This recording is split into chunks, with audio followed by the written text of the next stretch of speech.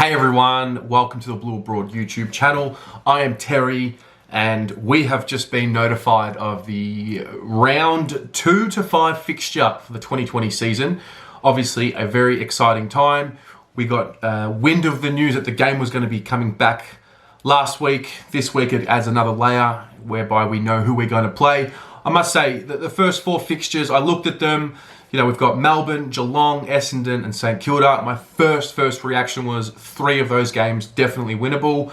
I'd probably give Geelong the nod. Obviously, on game day, I'll be making a case why we can win every game. But, you know, I look at that, going to Geelong. Geelong's obviously a very senior side, so you generally give them the tick. But I really do feel like we can compete with the likes of Melbourne, the Bombers and the Saints. If I had to rank where I feel the 4 opponents are, I'd probably go Geelong at the top.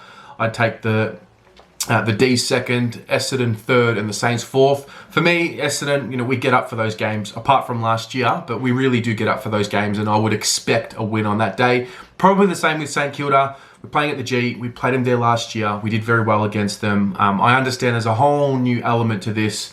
There are new factors that are coming into play here that haven't been there before, but particularly those two, I think 2 and 2 is a must in any stretch of home and away games.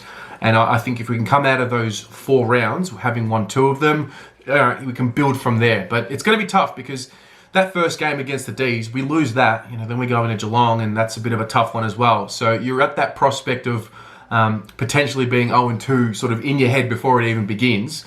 But no, look, I'm excited first and foremost. I'm excited to have the games back. We're going to have things to talk about.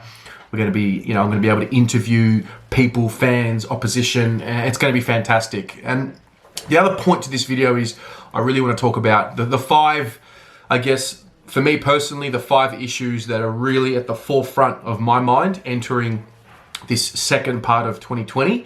The first one is injuries. And, you know, I did get the opportunity to ask David Teague a question around the contact injuries and how we're preparing for that. And, you know, my main thing is, you know, I've been listening to The Undertaker talk on the Bill Simmons podcast. I've been listening to the NBA players talk on various podcasts, and they all say the same thing.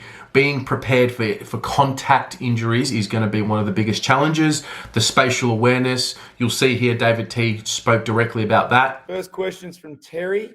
It's about introducing contact back into training, and it's something that we've planned for from a while out. We'll build it up. We won't go flat out. There'll be no 18 on 18 on Monday. We'll gradually build it up. We'll increase the loads. It's not only the physical contact, it's a spatial awareness of the players around you as well. So it's something that we'll progress. We've talked about as coaches.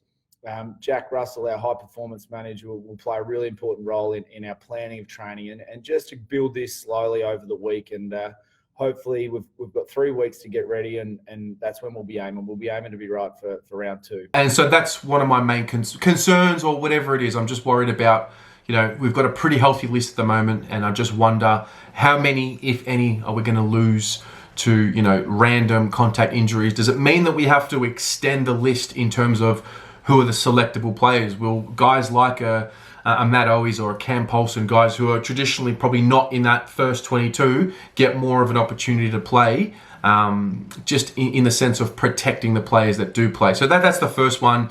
The second one I'll be looking out for, and I know this will be very similar to you, is who of the players are going to be the ones that have really taken this break and used it to their benefit. You know, whether it's a young up-and-coming ruckman like a Tom De Koning, is he going to have put on the size that he probably was aiming to do, you know, in the next pre-season? Is he going to be able to have done that already and still keep the running power? Some of these young guys like Philp, Kemp, you know, Fisher, Samo, which of them, you know, Dow and O'Brien, they're really that core group. Which of them is going to be able to have used this break and really benefited from it? That's going to be the first thing. I think the biggest worry is of who's going to come back unfit. You know, I saw the Mitch McGovern interview. He's obviously someone that struggled with sort of being behind the 8 ball last year, and he came out and spoke about how he's really benefited from the break. He doesn't feel like he's playing catch up, and so that's going to be one of the big important factors for me, and I think for us.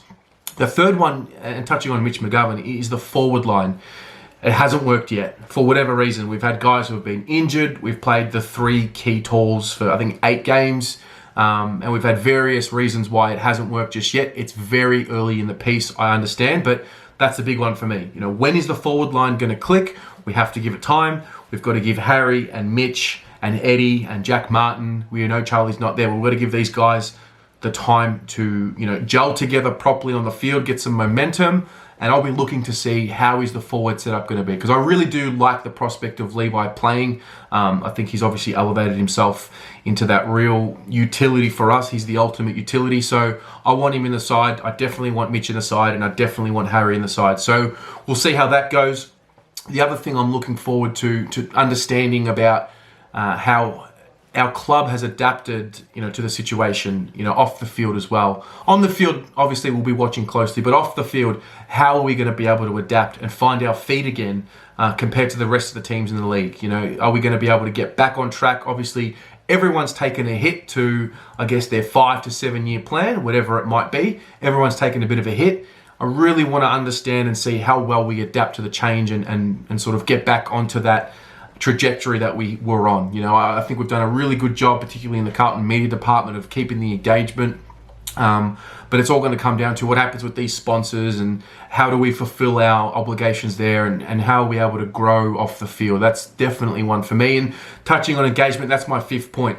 What's it going to be like for the fans? You know, obviously the crowds is going to be a big factor to this. When are we going to be able to get back into game day and, you know, have that blissful 3 hours at the footy where you just, you know, nothing matters but the footy? And, you know, I think, you know, generally I feel like certain sections of people have sort of, and with reason, have just sort of switched off because there's nothing. And, you know, I sort of fell into that category of, well, there's no footy to talk about. It's a little bit difficult. So I'm really keen to see how do the fans react to having the game back?